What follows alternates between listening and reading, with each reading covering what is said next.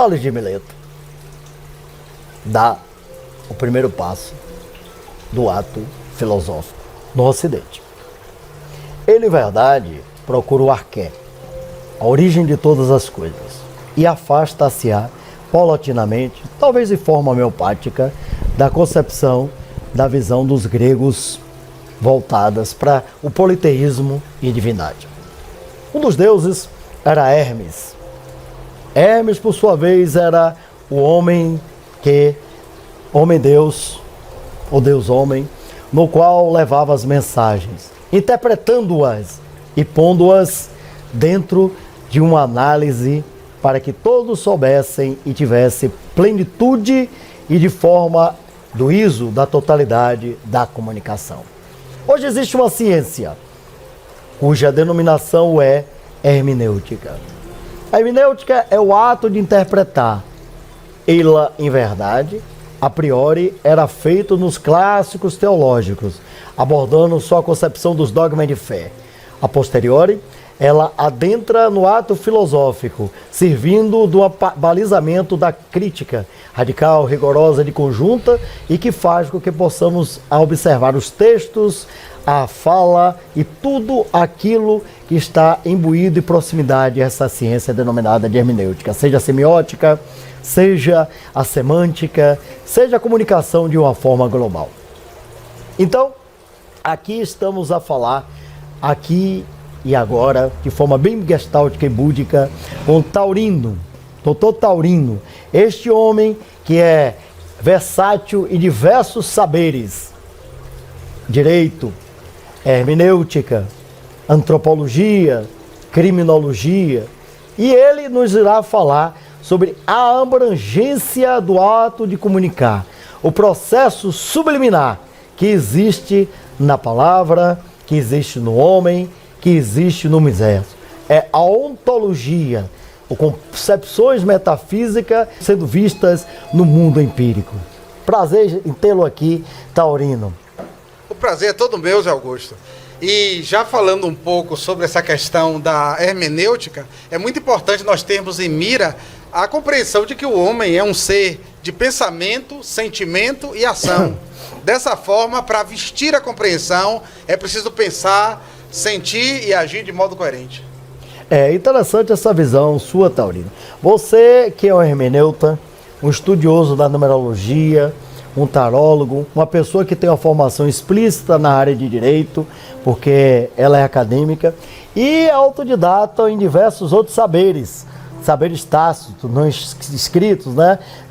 Lembremos-nos aqui da concepção da deusa romana, Tácita, a deusa do silêncio, que exatamente é o dia dela, é o dia 20 de fevereiro, dia do meu aniversário. E eu sempre me lembro dela por esse detalhe. Então fale-nos dessa trajetória, onde você aborda o explícito e o tácito, onde você tenta aliar o direito, a antropologia, a comunicologia e a visão espiritual da transformação do homem dentro dos parâmetros linguísticos. Uma coisa importante logo para termos em mira é o seguinte, aquela concepção holográfica do assim na terra como no céu. Havendo acesso a um símbolo e a interpretação de um símbolo, é possível facilmente chegar à totalidade. Eu entrei no mundo da ciência através dos oráculos. É interessante que todos os governantes do passado, e penso eu do presente também, sempre consultam um oráculo. É aquele decifra-me ou devoro-te, que que é tão importante para a compreensão do mundo. A isso trazido para a ciência, para a racionalidade, terá também um valor muito importante, no sentido em que, por exemplo, Leônidas Hegenberg, que é filósofo brasileiro, ele diz o seguinte, que todo saber passa de um saber de a um saber como. O saber de passa pela nomeação das coisas. É importante dar nome às coisas. As coisas cujo nome não sabemos é como se não existissem. E aí vem aquela correlação do saber como, que é o acúmulo de toda a experiência da humanidade no sentido de como se faz as coisas importantes, operar alguém, salvar uma vida, defender uma pessoa. E por último, o saber que é o saber das inferências, o saber da compreensão completa, o saber da compreensão mais ampla. Então, naquilo que nós falávamos logo no início de nossa conversa, quando nós reunimos pensamento, sentimento e ação, é como se vestíssemos a compreensão. Compreendendo, somos mais capazes de compreender. Compreendendo, somos mais fáceis de interpretar. E novas interpretações vão gerando sempre novas interpretações e novas pré-compreensões, como diria Gadamer. É interessante você... Poxa, Mário, você nunca tem intimidade para isso. Em verdade, é um jurista, é um bacharel em direito, é um advogado, é um doutor nessa área. O direito, ele é bastante positivista, no qual ele foi repensado após a Segunda Guerra Mundial, o Estado Democrático de Direito, para evitar exatamente a volta de déspotas, como foi Mussolini e foi Hitler. Mas, em verdade, o direito é bastante tecnicista. O senhor acha que a ciência jurídica, que hoje é questionada, que toda a ciência, observação, criação de hipótese, resposta provisória que pode ser modificada, experimentação e generalização. Hoje a ciência é vista como uma arte, um complexo filosófico. O senhor acha que a hermenêutica, a semiótica, a visão da vitimologia, que é uma visão hoje mais fenomenológica, existencial, ela deve estar acoplado à visão do direito, tirando dessa visão empírica positivista? No caso é o seguinte, para responder essa pergunta, nós precisamos retomar o tempo.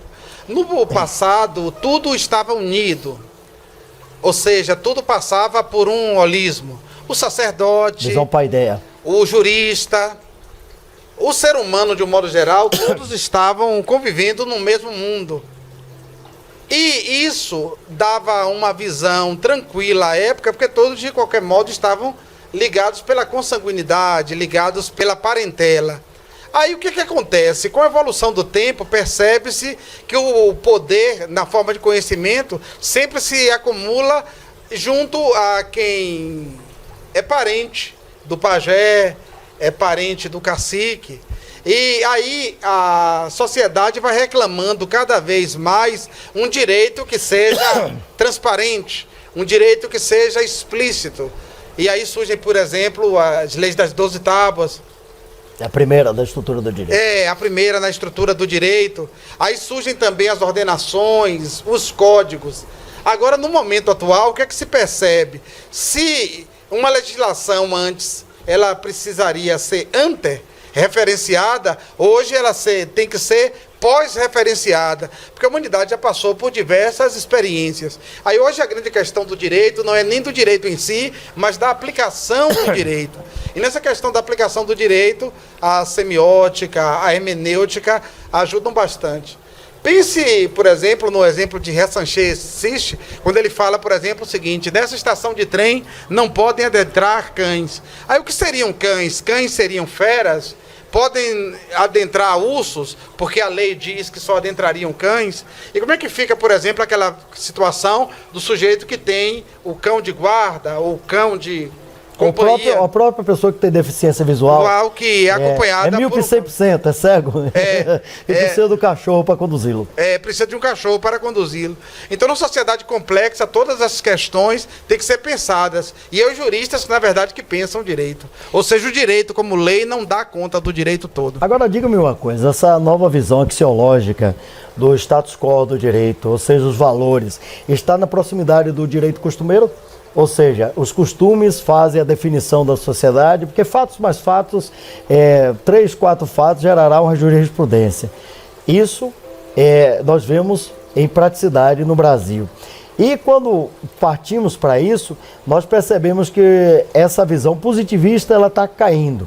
Outra coisa que eu sei que você tem bastante sapiência e vai deleitar-nos, né, em palavras, é interessante percebermos esse processo que foi falado sobre autoridade. Weber falava da autoridade burocrática, carismática e tradicional. E Foucault questionava-a a partir de uma metáfora do poder, né? Então, o que seria hoje uma visão da comunicação, semiótica, hermenêutica e do direito. O direito, ele é individual, o direito coletivo, ele está sendo questionado? Algumas balizas têm que ser estabelecidas. Quando se fala em direito, as pessoas lembram muito os poderes da República, executivo, legislativo e judiciário. Mas o que acontece? Afora esses poderes da República, há também os chamados poderes sociais, ou seja, o poder político, o poder econômico, o poder ideológico. Uma coisa também importante a ser considerada é o seguinte: seria o direito um sistema ou ele estaria a serviço de um outro sistema maior? Ou seja, o direito poderia ser visto como um capítulo da ciência política. E aí nessa coisa toda há o aspecto legislativo, há a questão da lei, mas na verdade muitas coisas nos fazem aprender o direito. Inclusive a sociologia, no seu aspecto fático. A luta faz a lei, né? E aí visão de Durkheim, Max Weber e Karl Marx. E aí vem aquela questão também... Que é revista hoje na concepção da própria criminologia e vitimologia com a visão anti-Lombroso. Com certeza. César Lombroso. Aí vem aquela questão também filosófica, a questão valorativa. É claro que os valores informam o direito também. Aí, por exemplo, o professor Paulo de Barros Carvalho, ele fala o seguinte, que a elaboração do processo legislativo se dá de modo completo através dos parlamentos, e os parlamentos eles são repletos de pessoas com uma formação bastante plural, o que me leva a dizer que a lei, em sua aplicação completa, leva em consideração aspectos lógicos, ontológicos, epistemológicos e axiológicos.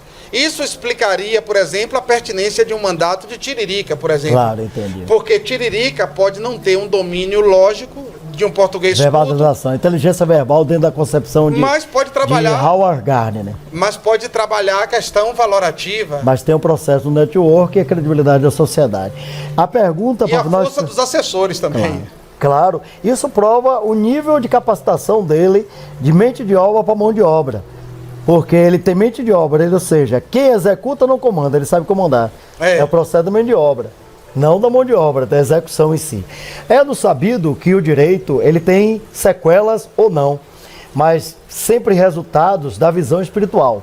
É no sabido, por exemplo, que o direito ocidental, ele é parido através de concepções teológicas judaica-cristã. E o oriental é óbvio ululante, de acordo com a visão do taoísmo, confucionismo e também da visão no Japão do Shintoísmo. Você teve lá, você sabe, que é uma religião que só existe no Japão, né? E da visão do confucionismo, né? De Confúcio, Confúcio. Agora eu lhe faço a pergunta, você acha que hoje o direito ele está trabalhando para ter uma sociedade numa visão mais espiritual, menos materialista, para que haja igualdade ou não? No caso, o que acontece? Teve uma vez que um professor ia dar uma aula e ele não dispunha de muito material, aí ele criou as gerações do direito. Ele falou em direitos de primeira, segunda e terceira geração, ligando a questão da igualdade, da liberdade e da fraternidade. Aí nós observamos... Igualité, fraternité... É isso. Aí o que acontece? Uma das primeiras brigas do ser humano é a briga por liberdade. Muitos homens foram escravos no passado. Exatamente. E continuam... Direito natural fala isso. Primeiro, vida, liberdade. Terceiro, propriedade. Quarta é a segurança. Né? E a quinta é exatamente a volta dos opressores. É verdade. Aí tem até uma visão de Juan de Mariana que ele fala o seguinte, que vida seria vida, liberdade e propriedade, porque sem uma das três a coisa ficaria difícil. Exato. Então a primeira briga seria a briga por liberdade. Porque muitos eram e são ainda escravos. Depois a questão pela igualdade, uma luta pela isonomia. E por derradeiro, uma luta pela fraternidade. Então, quando se fala da fraternidade, acaba se recobrando uma série de valores de ordem espiritual. Porque você só pode ver no irmão alguém que seja a semelhança de algo. E aí já começa uma transcendência. Realmente é uma grande aula.